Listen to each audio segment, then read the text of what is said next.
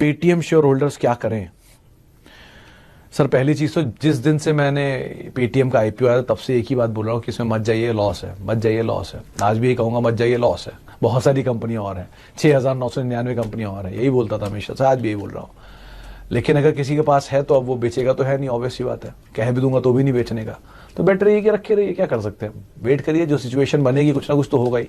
एक चीज बड़ी इंटरेस्टिंग लगती है मुझे पेटीएम में कि इतनी ऊपर के दाम पर अगर एंकर इन्वेस्टर इसमें उतरे हैं तो या तो वो लॉस बुक करेंगे या उनको एग्जिट मिलेगा ऊपर के दाम पर। अगर एग्जिट ऊपर के दाम पर मिलता है तो आप भी एग्जिट ले लीजिएगा, और अगर लॉस बुक करते हैं तो आपको भी लॉस ही बुक करना पड़ेगा मजबूरन। लेकिन किसी भी कंपनी में जहां प्रॉफिट नहीं है, चाहे वो 2 रुपए का शेयर हो, चाहे वो 200 रुपए का शेयर हो, चाहे वो 2000 का शेयर हो, जब तक उसमें प्रॉफिट नहीं आएगा मत आइए। क्योंकि ऑब्वियस सी बात है, डेट प्रॉफिट्स 2 चीजें बहुत क्रूशियल होती हैं एक कंपनी के लिए। लीवरेज कभी किसी का नहीं हुआ, और लीवरेज के साथ अगर वो लॉस मेकिंग भी है तो ऑब्वियस बात है लीवरेज कैसे चुकाएगा। तो ऐसी कंपनियों से दूर ही रहिए।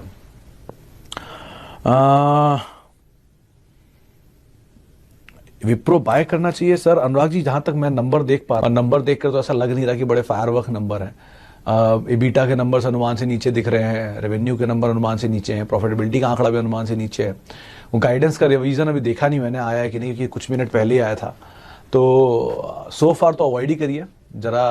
अगर कहीं झटका दे दे बाजार नीचे का, नीचे मिल जाए तो बात अलग है, लेकिन अभी के लिए तो नहीं।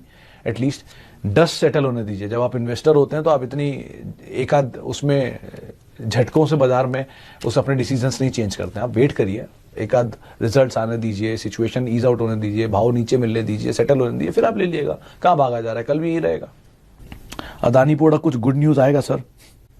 इमरान साहब, अदानी पोर्ट में अदानी लगा, बहुत बड़ी कौन सी गुड न्यूज आपको चाहिए? लगातार तो चल ही रहा है पूरा ग्रुप, 2 लाख करोड़ के ऊपर सारे ग्रुप की मार्केट कैप पहुंच चुकी है ऑलमोस्ट। एक कंपनी को छोड़कर, अदानी पावर, जिसमें आज परसेंट लग गया था, बाकी सारे ग्रुप की मार्केट कैप 2 लाख करोड़ है। इंटरेस्टिंग ये है कि सारी ग्रुप की कंपनियां 2 लाख करोड़ पहुंच गई, सिर्फ निफ्टी का अदानी पोर्ट जो सबसे सब्सटैंशियल बिजनेस है उसी की मार्केट कैप 1.5 लाख करोड़ रह गई है। एनीवेज, आप बने रहिए। बाकी ग्रुप में तेजी है तो ये जो वो होता है ना मोमेंटम, वो शायद यहाँ भी फॉलो अप होगा। हैविंग सेड दैट, इसमें बस एक ही चीज का ध्यान रखिएगा, यहाँ नंबर से बहुत आगे वैल्यूएशन चलते हैं। तो क्योंकि ये अदानी ग्रुप है इसलिए कुछ नहीं कह सकते, लेकिन ध्यान संभल कर इसमें ट्रेड करिएगा अगर आप ट्रेड करते हैं तो। और इन्वेस्टमेंट के लिए तो आपका रणनीति अलग ही होगी, तो उसके हिसाब से आप कॉल यहाँ पर ले सकते हैं।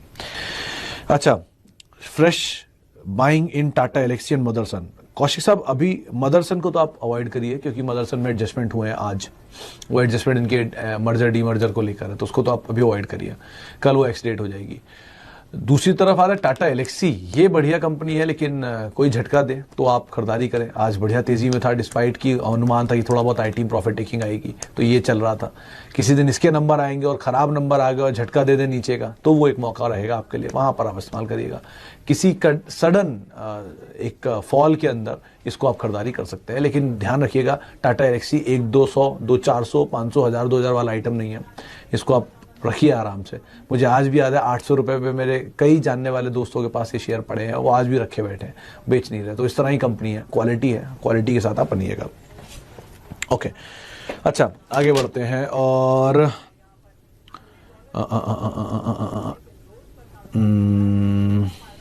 मदरसन हो गया, टाटा एलेक्सी हो गया, ONGC and Wipro, can we hold long term? They are multi bagger, I have 20 quantities each. Wipro के केस में ऑब्वियसली ये बहुत बड़ी तेजी दिखा चुका है, बहुत बड़ी तेजी। आप कभी पढ़िएगा इसकी पुरानी हिस्ट्री के बारे में, मल्टी बैगर तो ये बन चुका है ऑलरेडी।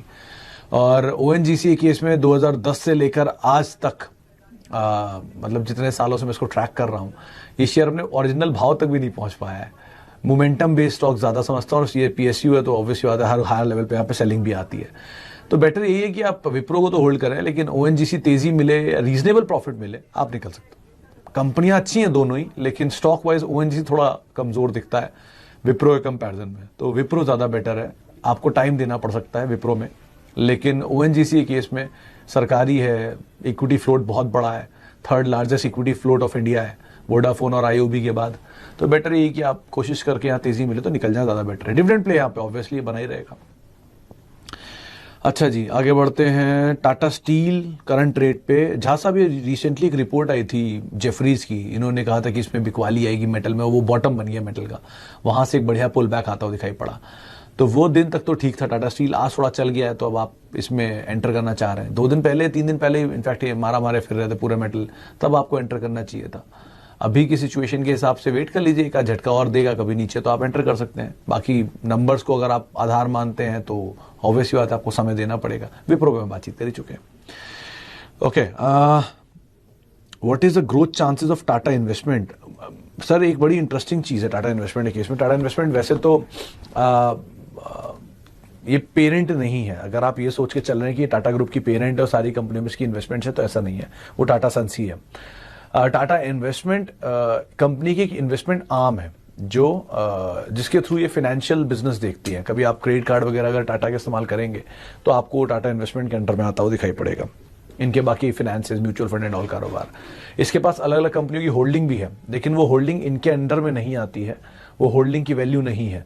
तो आमतौर पे आपको जो जानकार मिलेंगे वो यही बात करते हुए दिखते हैं कि इसमें होल्डिंग वैल्यू बहुत है। होल्डिंग वैल्यू है, लेकिन सिर्फ वही है ये नहीं है, इसके फाइनेंसेस कारोबार भी इसके अंदर आता है। तो आप उस हिसाब से देख रहे हैं कि इसकी होल्डिंग वैल्यू इतनी बैठती है, मार्केट कैप इतनी कम है, तो चलना चाहिए। ये भी एक ट्रिगर ठीक है, लेकिन यही इकलौता ट्रिगर है ये नहीं सही है। इसलिए आप उसको ठीक से आंक लें, उसके हिसाब से कॉल लें। 2 कंपनी अच्छी है, टाटा ग्रुप की बैकिंग है तो कोई दिक्कत नहीं है, लेकिन और भी चीज़ों को इसमें आप खंगाल लें वो ज़्यादा बेटर रहेगा।